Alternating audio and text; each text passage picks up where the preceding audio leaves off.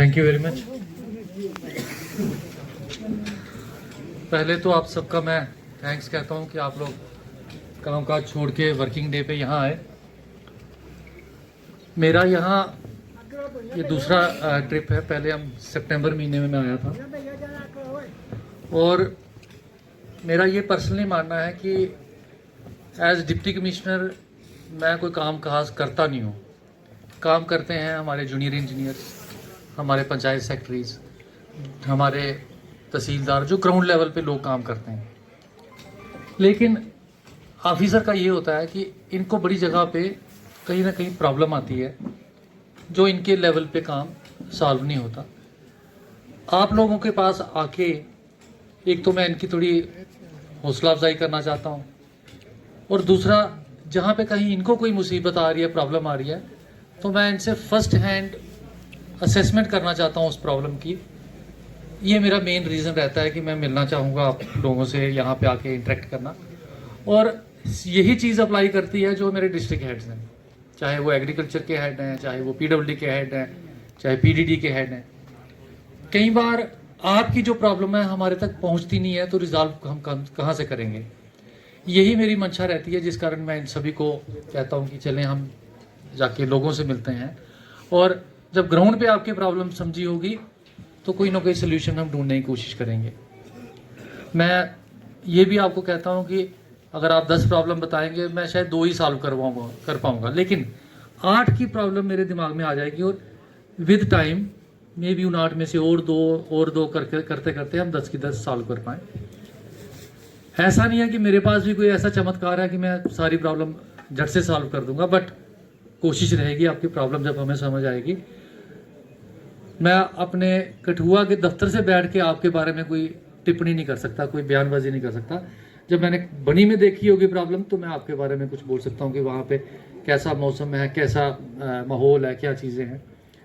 और कठुआ डिस्ट्रिक्ट में सबसे दूर दराज और सबसे जो परेशानी वाला एरिया है वो बनी ही है, और तभी मेरा यही प्रायोरिटी थी, प्राथमिकता थी कि मैं सबसे पहले यहाँ आऊँ। और आपको याद होगा उस समय मुझे थोड़ी सी तकलीफ भी थी, बाजू मेरी उस समय टूटी थी, लेकिन मैंने कहा कि मैं पहले बनी जाऊँगा, और बिलावर मैं बाद में गया, बनी पहले आया।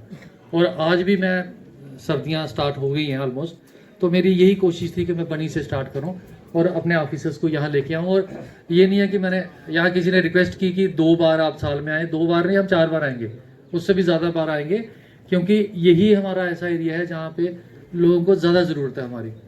और हम आप में से हैं, कोई बाहर के नहीं है, आप में से हैं। हम कोशिश करेंगे आपकी प्रॉब्लम्स रिजॉल्व करने की, आपके बीच बैठ के। मैं फिर भी अपने ऑफिसर्स को और 1-2 महीने बाद फिर लेके आ जाएंगे। कोशिश करेंगे कि जो आज आपने इश्यूज़ रेज किए हैं उनको एड्रेस करके आए, और कुछ और भी अगर कोई इश्यूज़ बने वो भी एड्रेस करने की कोशिश करेंगे। इंडिविजुअल डिपार्टमेंट्स ने आप लोगों से इंटरेक्ट किया, मुझे इस चीज़ की खुशी हुई। हमने साथ में ना ये लेबर वाली जो हमारी ऑफिसर है, इसके पास एम्प्लॉयमेंट का चार्ज भी है। ये मिशन युवा करके गवर्नमेंट की स्कीम है जिसमें इजी लोन्स दिए जा रहे हैं, तो उस के बारे में भी ये यहाँ पे कैंप लगाया इसने। और इसके साथ ये जो प्राइवेट कंपनी है कोको कोला वाली, कंधारी बेवरेजेस करके, ये यहाँ पे बच्चों को, जो हमारा यूथ है, उनको एम्प्लॉयमेंट के लिए यहाँ इन्होंने ऊपर अभी इंटरेक्ट कर रहे हैं, इनसे डॉक्यूमेंट वगैरह ले रहे हैं। तो मैं जब स्टार्ट किया, जब एसडीएम साहब ने कहा कि आप ऊपर जाएं, तो जैसे वो 25 के करीब मुझे लगता है बच्चे थे जो ऊपर गए, मुझे देख के खुशी हुई कि एटलीस्ट थोड़ा सा एफर्ट हमारा जो था, अगर 4 बच्चे भी उसमें चले जाएंगे तो हमें लगता है कि वो हमारी एक अचीवमेंट है। क्योंकि अगर कोई काम करने वाला बच्चा है और उसको नहीं पता है, बेसिकली हमारा यहाँ आने का ये भी पर्पज़ रहता है, जो 2 बच्चियों ने यहाँ पे बोला, इनका यही पर्पज़ था कि कुछ स्कीमें पता नहीं होते नॉर्मल आदमी को, हमें एज सिटीज़न पता नहीं होता, तो बड़े सारे लोगों को नहीं पता होता। आप जब भी कहेंगे एसडीएम साहब यहाँ पे हैं, मुझे इस बात की भी खुशी है कि आप लोगों ने एसडीएम और तहसीलदार की तारीफ़ की, एडमिनिस्ट्रेशन की तारीफ़ की। ठीक है, कमियाँ तो रहती हैं बीच में, हर चीज़ ये भी नहीं रिजॉल्व कर पाते, बट ये अवेलेबल है।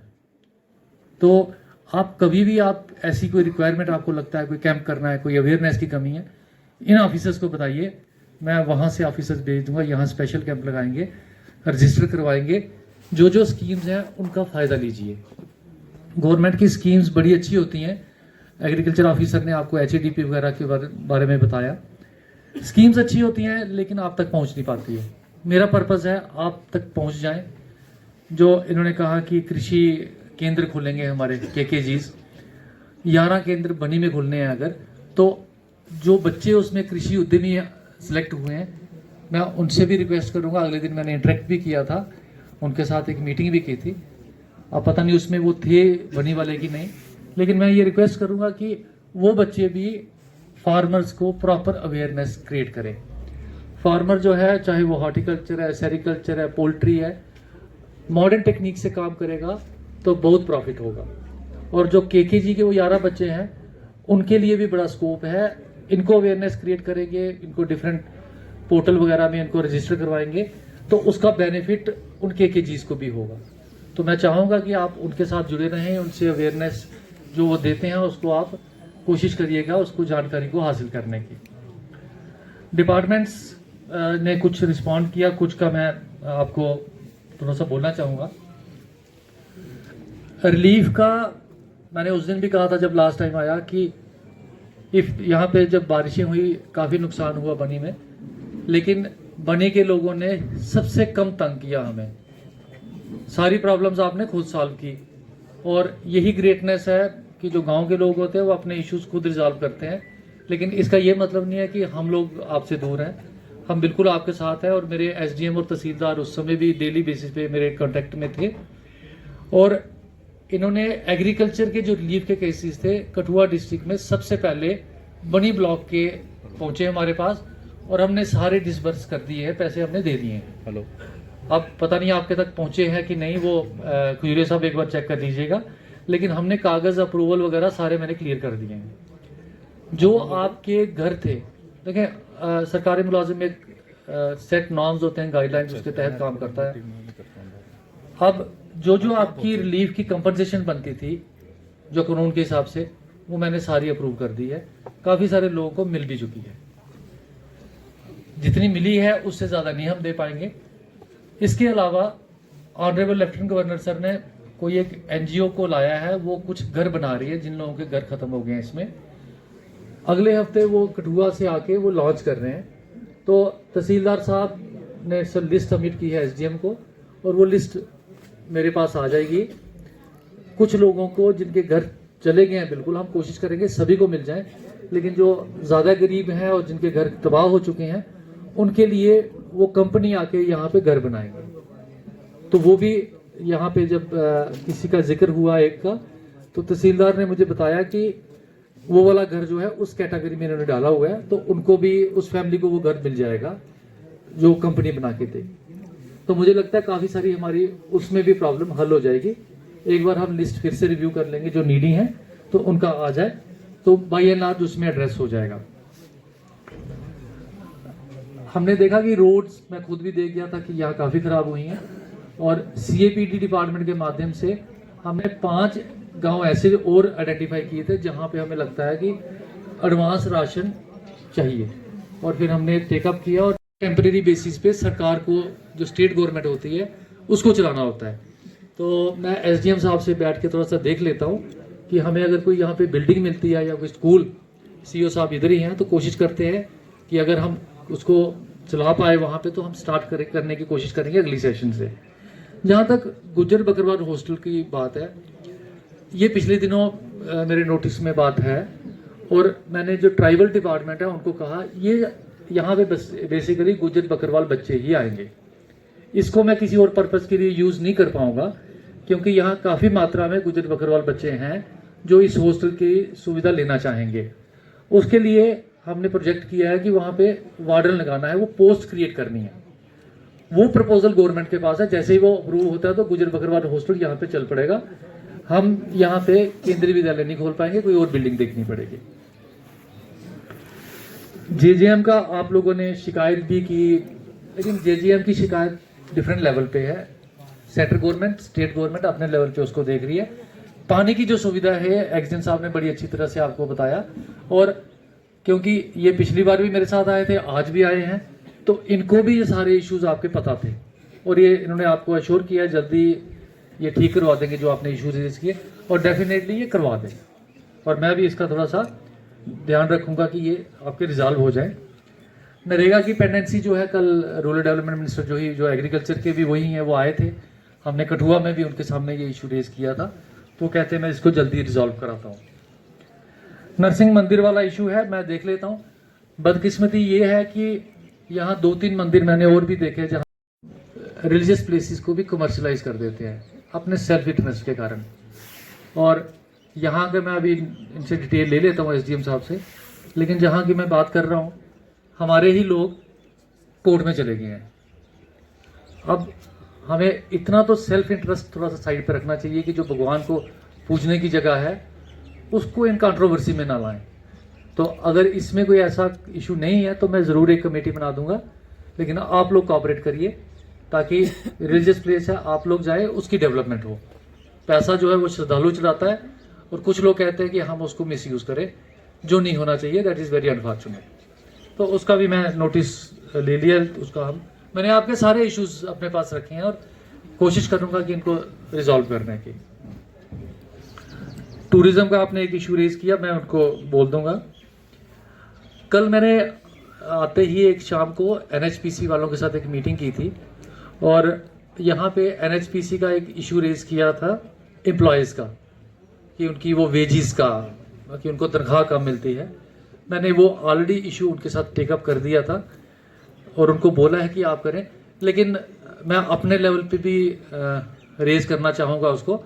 तो कोई अगर इनके हायर अथॉरिटी से जो लोग, जिसने यहाँ पे इशू रेज किया था, मुझे 2 मिनट अलग से मिल लेगा, अगर मैं उनसे एक एप्लीकेशन लेना चाहूँगा तो वो समझा देता हूँ, तो वो प्लीज़ मुझे कर दीजिए। वो इशू ऑलरेडी मेरे नोटिस में, कोशिश कर रहा हूँ मैं उसको रिजॉल्व करने की।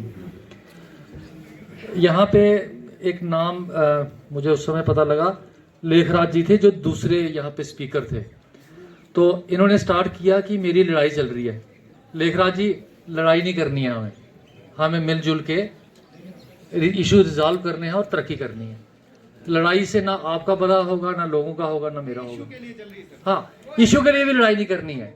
हाँ, मैं भी ये लाइटर वेन में बोल रहा हूँ, लड़ाई नहीं करनी है हमें प्यार से इश्यूज रिजॉल्व, बैठे बैठे बैठे इश्यूज हमें रिजॉल्व करने हैं। और सारे जब मिलके चलेंगे तो इश्यूज बनते नहीं हैं।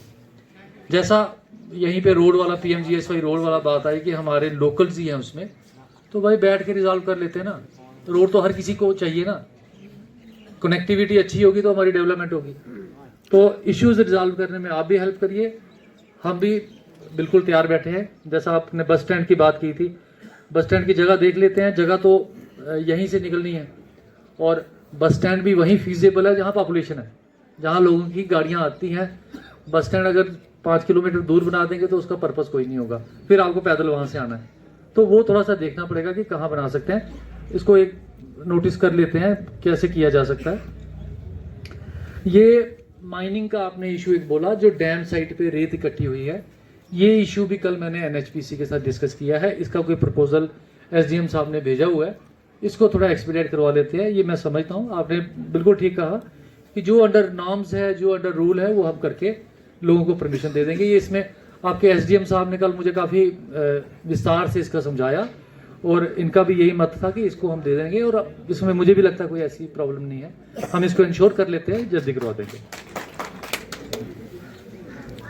एक रोड आपने कहा नरसिंह देव मंदिर के पास, वो मैं वीडियो साहब को अभी बोल देता हूँ।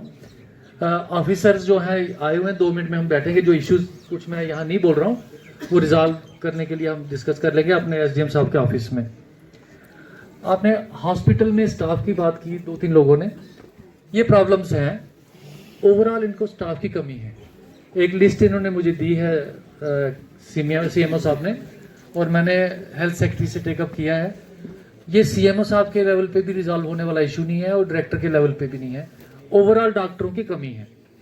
सीएमओ साहब क्या करते हैं, यहाँ का मुद्दा उठा के कहते हैं 2 दिन वहाँ चले जाओ, 2 दिन यहाँ चलो, तो ये काम निपटा रहे हैं। आदे ना ग्रां च दस टंग डपा दें, ये थोड़ी अरेंजमेंट्स कर के चला रहे हैं काम।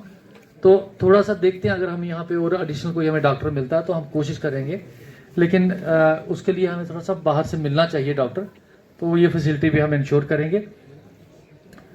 गायनाकोलॉजिस्ट आई अंडरस्टैंड कि बड़ा ज़रूरी है, क्योंकि ये तो चाहिए। यहाँ पे ये देख लेते हैं हम, इनकी प्रोजेक्शन ऑलरेडी मेरे पास है, कोशिश करते हैं उसमें हम रिजॉल्व करने की। स्कूल बिल्डिंग का आपने कहा एक बड़ी खस्ता हालत है, वो मैं सीईओ साहब से बात कर लेता हूँ। जेडीओ दफ्तर के बारे में काफ़ी कंप्लेंट की।